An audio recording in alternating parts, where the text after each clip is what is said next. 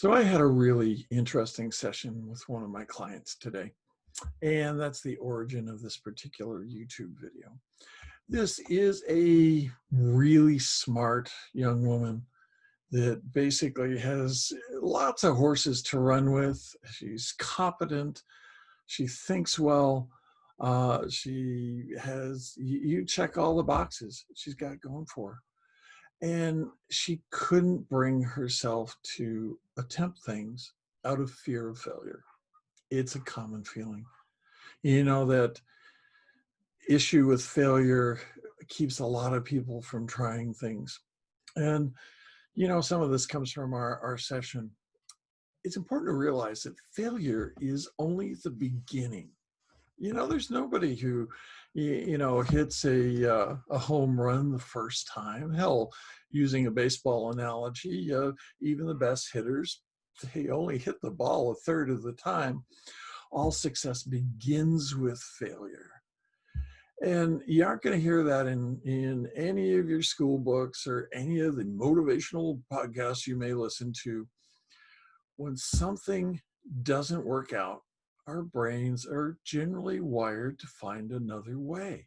And this is really true of ADD brains, that synthesis thinking. Part of the trick is to realize that it's not so important that you fail, just so long as you don't keep failing the same way over and over. And you may realize that you've strung many failures together in the same part of your life. And it's practice. Eventually, you translate them into a success. And this is something we're never taught. We're told that, we have to succeed. Things ought to work out as we hope. Treat your life like a science experiment. Try out new things. See what formulas for success work for you. And then, of course, most importantly, what doesn't work at all? We often learn most from what doesn't work out well. And that's, clearly something I've had underscored over and over in my life. Another aspect is really embracing the negative. Now, we are in a difficult time with the COVID-19 virus. It's a very negative thing. No one can get around that. But the reality is, no matter how bad something is, it always opens up other doors if we choose to look at them. And this is not some Pollyannish view of things. We're all sort of sequestered in our little bubble. And if you embrace the negative, then you're choosing to not be unhappy. If you succumb to it, then my goodness, you're going to be unhappy a lot. And that, I hate to tell you, that's kind of your fault. Reframe your brain to understand that negative experiences stop you from going down the path that is maybe not truly in line with goals and dreams and what. And perhaps it's fate's way of moving you away from the boulders that lie in front of you and helping you focus your mind. Evolution had an interesting role in this. Our brains are definitely keyed to notice more of the negative than anything else. It steers us away from all sorts of things. We are more resistant to the perception that we will lose something rather than what we might gain. And, the same mechanism, it protected us from being eaten by saber-toothed tigers. It was nature's way of self-protection. But when you use a different language to label a thought, you will experience it as something totally new.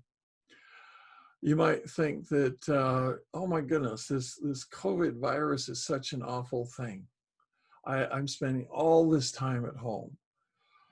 But you might also think that, gosh, I have this commodity I didn't have before. I have time that I didn't have before, time that I was commuting to and from work. For me, that's gaining an hour on each side, 2 hours a day. Boy, that's a gift.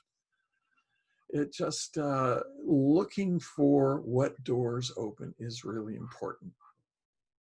I want to take a minute to ask you to do something. I want you to go to the comments, put this on pause, and just name for other people what's the biggest way that a sense or a fear of failure has stopped you from reaching what you want to do. And while you're at it, wouldn't hurt if you gave this a like. If this is useful for you, hey, do share it. So let's go on.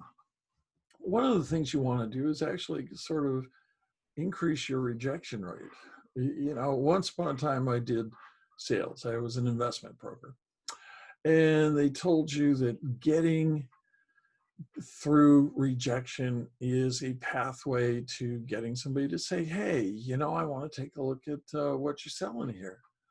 It's you know, it's the active expression of that old saying, you gotta kiss a lot of frogs before you find a prince. It just getting used to being rejected, it actually builds that mental muscle of resilience.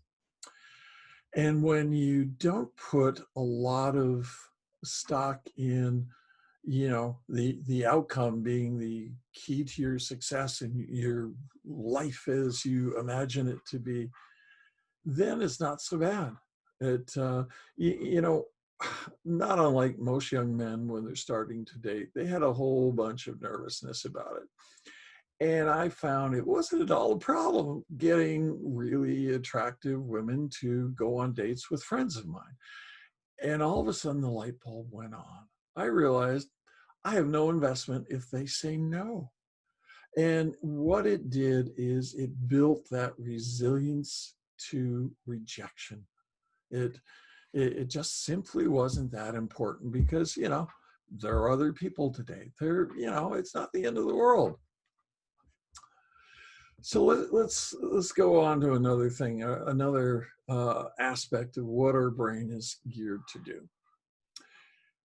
Say you want to do something and you're just so hesitant to do it. Oh, I'd love to travel in Europe. I'd love to take a gap year and just travel.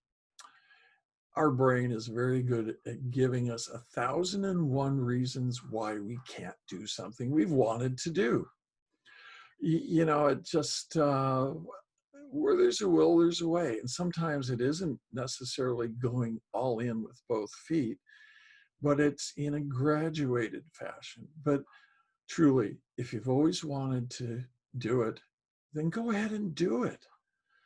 You know, when I forget about the stupid exercises that my brain would put me through, and I said, well, heck with it. I'm going to go visit this place that I've always wanted to be. You know, I've always found a way. You know, it was with that was school. You know, school had lots of barriers, and I found a way to get through it and have other people, you know, help me with school financially. Make a commitment to take some action on experiences that you've been really longing to do. You can't wait for the right time. There never will be a perfect time. And, you know, I remember a discussion with my wife about when we'd have kids. There's never a perfect time to have kids. If you want to have kids, go have kids. You'll find a way. Now is the best time to do anything. And that decision really lies with you. What's killing your what's killing your success are the thoughts that you never let come to fruition and the goals that you keep ignoring. And, you know, I got to say, we wrapped up this session with me doing something very practical that I do. And I want to do that with you right now. And I want you to add in the comments, what is something that you've wanted to do and you've gone through the same mindset? Something you put off or you've given yourself those 1,001 reasons. I want you to put that down in the comments. Other people, trust me, would be interested in seeing that they are not alone in these things. So this has been GH Glade for Coaching ADD, and I hope this has been something that you found helpful. If you have, please give me a like. I like likes, and share it with other people. Until next time, we'll see you then. Take care.